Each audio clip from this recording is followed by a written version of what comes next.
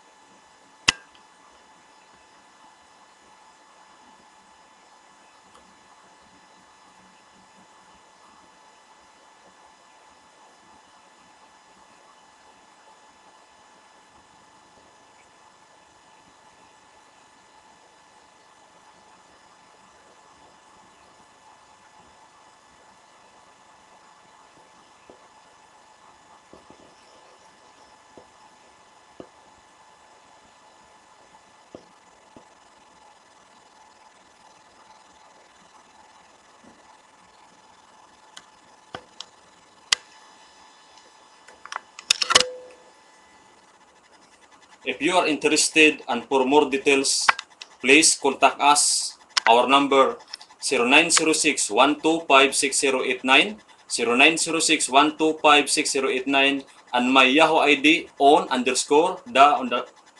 mission 15 or on the mission 15. Please take a closer look.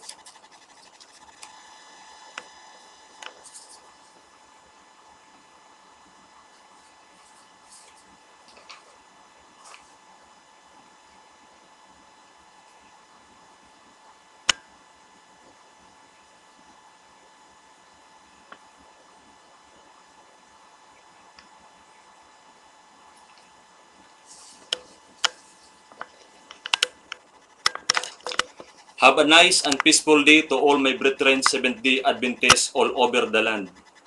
With the blessings of God and kind heart, I'm so longing to sound this warning, these precious present truths that the flock needs now, and pointing out the coming of Christ is at hand. My brothers and my sisters in faith, it's so sad that our leaders and pastors know not the program of God for this world is only 6,000 years old.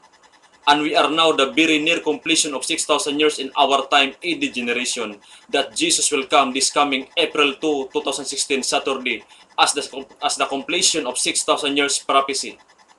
This is not a drama, nor a movie, nor a trick, but a reality that we are now in a very near of God's judgment for the wicked inhabitants of this world. God's program for this world is only 6,000 years from the fall of the first couple in Eden. Please read 2 Peter 3:8, that the second coming of Christ based on the principles 1 day equals 1,000 years, as it written in Exodus 31 verse 17. For 6 days the Lord made heaven and earth, and on the 7th day He rested and was refreshed.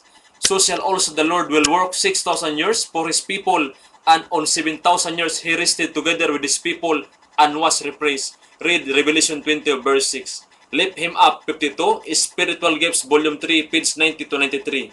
The weekly cycle of 7 literal days, 6 for labor and the 7th for rest. And many who profess to believe the Bible record are at a loss to account for wonderful things which are found in earth, with a view that creation week was only 7 literal days and the world is now only about 6,000 years old. My brethren, our basis for this time prophecy is not any kinds of calendar but God's calendar itself, the Bible calendar. 6,000 years is divided into 2 generations, the BC and the AD generation. BC generation contains 4,000 years. You can read it in Desire of Ages, page 15, and Selected Messages, Volume 1, 267. AD generation containing 2,000 years. You can read it in Hosea, chapter 6, verse 2, and Testimonies, Volume 6, 14. So 4,000 years of BC generation plus 2,000 years of AD generation is equal to 6,000 years, and then 1,000 years rest in heaven, Revelation 20, verse 6. The question here is this: why we are already beyond 6,000 years? By combining the 2 generations BC and AD. If we are studying the event during the time of King Hezekiah of Judah, 2 Kings chapter 20 verse 1 to 11, Isaiah 38 verse 1 to 8, here we found that the event during those time is the key or the comparative prophecy that will point us to open the mystery regarding what is written in Daniel 7:25 as the object. During the time of King Hezekiah of Judah as the shadow. During the time of King Hezekiah of Judah, the king having serious illness near to death, and God sent forth prophet Isaiah to inform the king to set thine house in order, for thou shalt die and not live. But because of his prayers and tears and perfect heart, God held his boil and recovered, and adding 15 years to his life. And you can read also that there are changes of commandments and times made by God. During the time of King Hezekiah of Judah, events took place. The serious illness of King Hezekiah that held the commandments given, the commandments changed, the changing of times by 10 degrees backward of the shadow with the sundial of Ahaz, and the 15 years added to the life of King Hezekiah as made by God Almighty. This event is the shadow, as written in Daniel 7:25, as an object that informing us the changing of times and laws, a blasphemous act made by the Pope, the man of sin. He also changed the 10 commandments of God to his own. Also the Bible calendar to Gregorian calendar. The reckoning of one day instead of sunset to sunset, he changed to midnight for one day. God allows Satan to do this by his representative, the Pope, but must follow God's program what to change or not. Remember, my brethren, the Pope also have serious illness, and the papal power start to wounded on 1798 and held on 1929. In Daniel 7:25, the changing of times and laws was made by the Pope on 1567 TB12 in the hour of midnight. Pope Gregory XIII introduced his calendar, the Gregorian calendar. He changed year 1567 AD TB12 midnight to the year 1582 and TB12 midnight to January 1 midnight as the starting of Gregorian calendar introduction. We found here that Pope Gregory XIII added 15 years to our time, and the month Tibet, which is the 10th month of the Bible calendar, he named it January and declared it a first month of Gregorian calendar and dated the Tibet 12 midnight to January 1 midnight, so there are 11 days omitted and 6 hours. If you will search the history of the Gregorian calendar, you will find in the month of October the date 4 followed by 15 instead of 5. There are 10 days filled up from the 11 days and 6 hours omitted, but still lacking 1 day and 6 hours.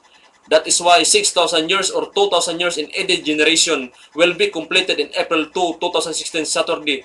Because if you study the Bible calendar, Christ's second advent take place other 32,000 7th day in any generation. Comparative prophecy or a shadow means you can trace it like its likeness and unlikeness. My brethren, don't be tarry or delay in searching the Bible and the pure doctrine of the Seventh-day Adventist Church that no more exists in our present teaching of our leaders. As we know that the leader of our church, most of them is no longer a true man of God, but rather the undercover Jesuit planted by Rome to our churches, as Dr. Alberto Rivera revealed, the ex-Jesuit priest.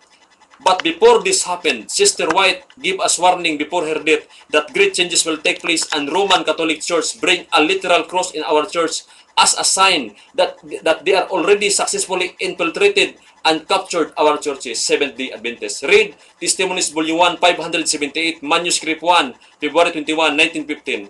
But before Christ come in April 2, 2016, the outpouring of the wrath of God will come first, the 7 last plagues that will occur in the month of November, midnight 2015. Please, don't be tarry, and God bless us all. Thank you very much.